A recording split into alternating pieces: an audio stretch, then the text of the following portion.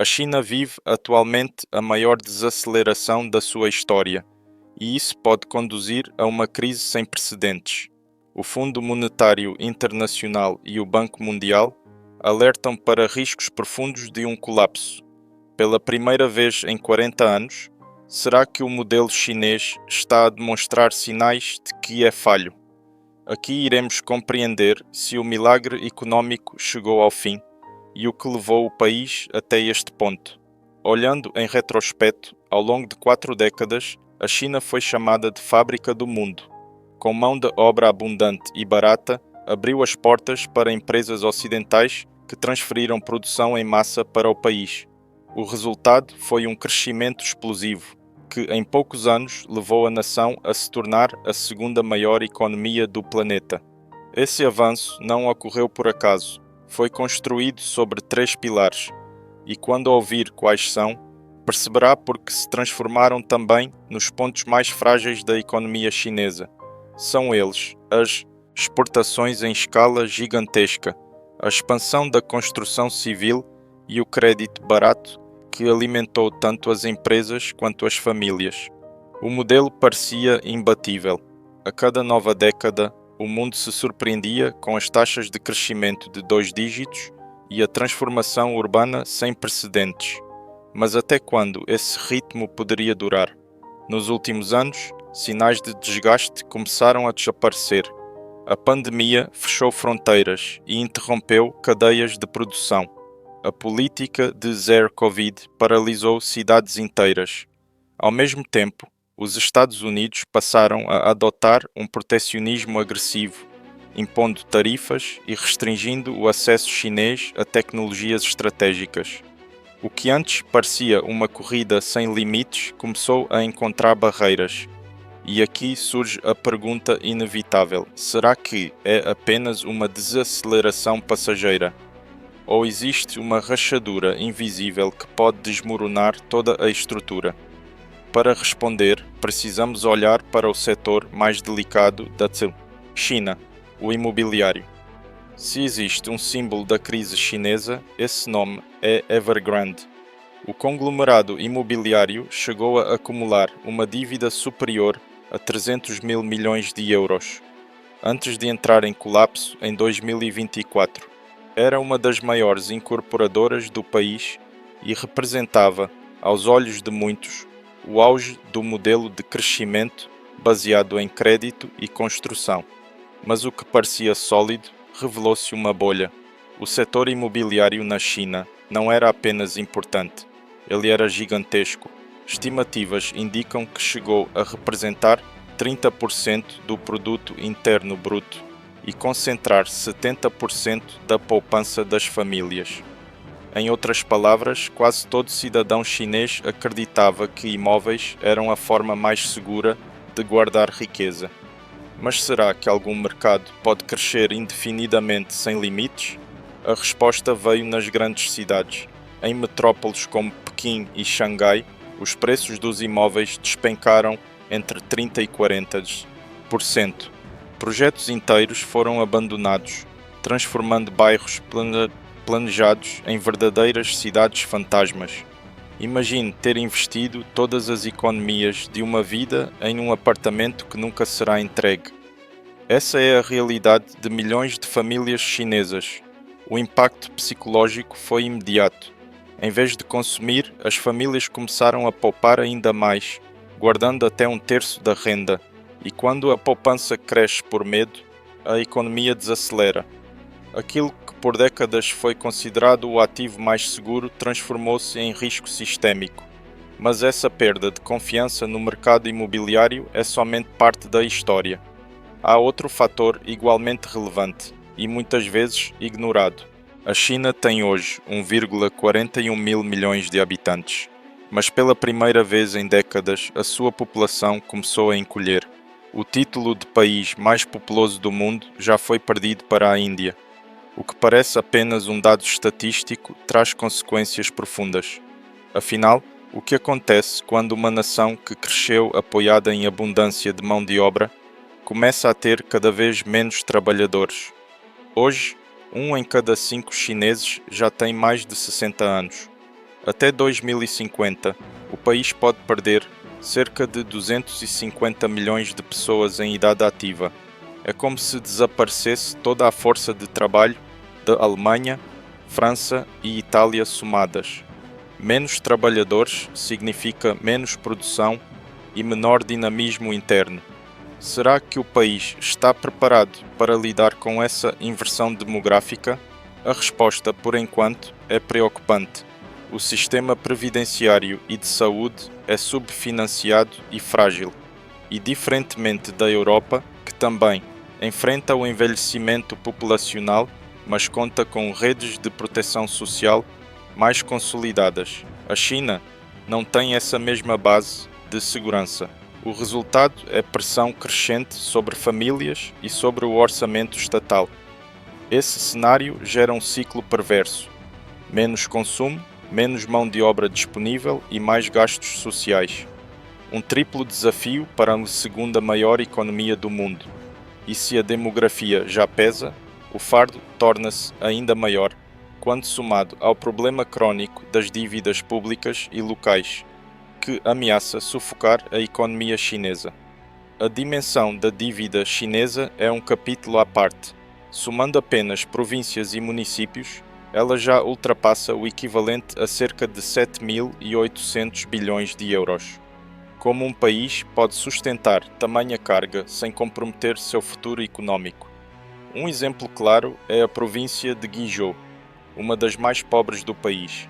Pressionada por Pequim, foi obrigada a investir pesadamente em infraestrutura, construindo estradas, ferrovias e projetos urbanos que muitas vezes não geraram retorno imediato. O resultado foi um endividamento colossal, sem a contrapartida de crescimento sustentável. Mas será que Guizhou é um caso isolado ou o retrato de um problema nacional? Na prática, muitas regiões só conseguem manter as contas porque recebem resgates periódicos do governo central. Esse mecanismo cria uma dependência permanente e retira incentivos para mudanças estruturais. Quanto mais tempo essa engrenagem se repete, maior o risco de desequilíbrio fiscal e de colapso de confiança.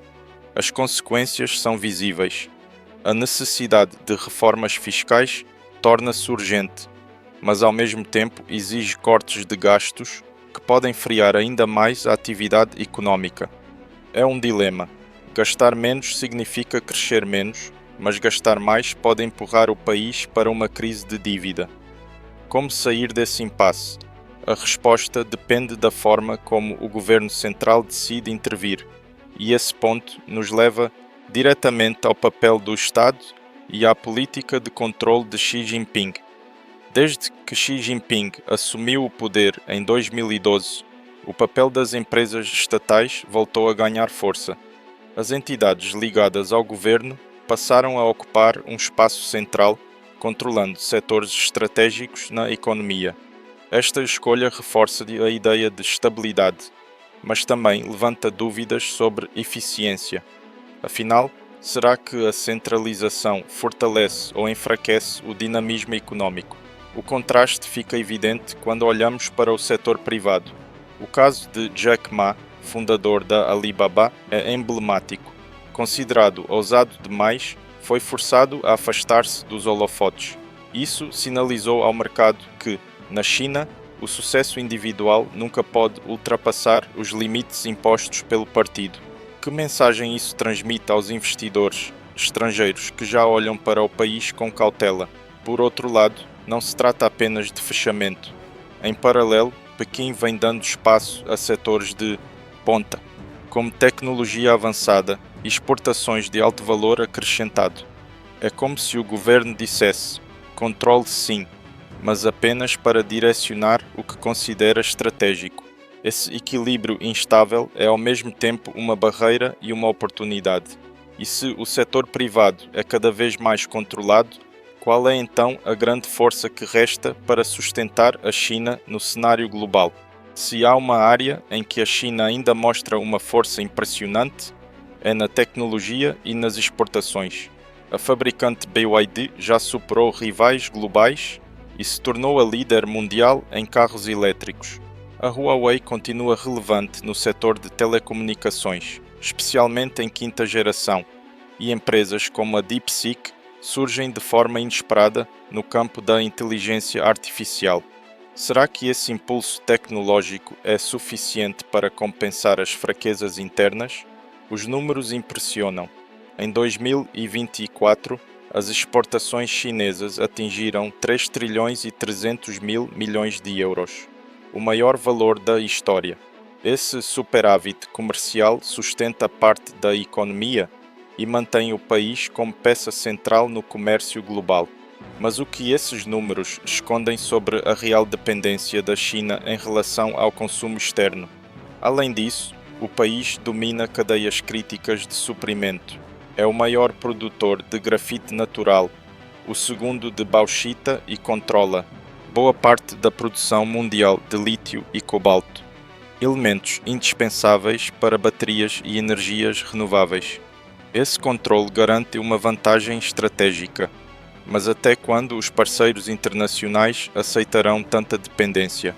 A nova Rota da Seda foi criada para consolidar esse poder, com milhares de projetos financiados em dezenas de países. Porém, a experiência mostra limites claros. No Sri Lanka, dívidas impagáveis levaram a concessões forçadas, enquanto países como o Panamá se afastaram e preferiram alinhar-se aos Estados Unidos. A tecnologia e o comércio oferecem fôlego real, mas não eliminam riscos estruturais. E no cenário internacional, os ventos não sopram a favor da China. O comércio exterior, que durante décadas foi motor do crescimento chinês, agora enfrenta obstáculos cada vez mais altos. Os Estados Unidos, maiores parceiros comerciais, impuseram tarifas sobre mais de 450 mil milhões de euros em exportações vindas da China. Essa barreira atinge desde produtos industriais até tecnologia de ponta. Como manter o ritmo em meio a um bloqueio dessa magnitude? A pressão não vem só de Washington. A União Europeia, preocupada em proteger a sua indústria automotiva, elevou tarifas que variam entre 17% e 35% sobre veículos elétricos chineses. E não para por aí. Países da América Latina, como o Brasil e o Chile, já impõem taxas extras sobre o aço chinês. Será que estamos entrando em uma nova era de desglobalização? Um mundo menos integrado significa menos espaço para a China expandir o seu comércio. O país que cresceu exportando cada vez mais encontra agora portas a fechar-se. Então surge a pergunta inevitável: o modelo chinês falhou? Dizer que o modelo chinês fracassou seria exagero. O que acontece é que ele atingiu os seus limites naturais. Em 2007, o produto interno bruto crescia mais de 14% ao ano. Hoje, esse número caiu para cerca de 5%, o menor patamar em 3 décadas. O milagre do crescimento infinito acabou. Mas será que isso significa o fim da ascensão da China? O país precisa trocar o motor do crescimento. Em vez de depender de exportações e crédito farto, será necessário fortalecer o consumo interno, investir em inovação real e, sobretudo, colocar ordem nas finanças públicas. Só assim poderá sustentar um ritmo saudável sem repetir os erros do passado. Essa transição é dolorosa e, se feita de maneira errada, pode sim causar um colapso. Mas, na prática, representa um ajuste inevitável, que uma ou outra precisaria acontecer. O mundo já viu isso em outras economias emergentes que cresceram rápido demais e precisaram se reequilibrar. O problema é que quando a segunda maior economia do planeta passa por esse processo, os impactos são globais. A maior crise da China não é apenas dela, é também um aviso para o mundo.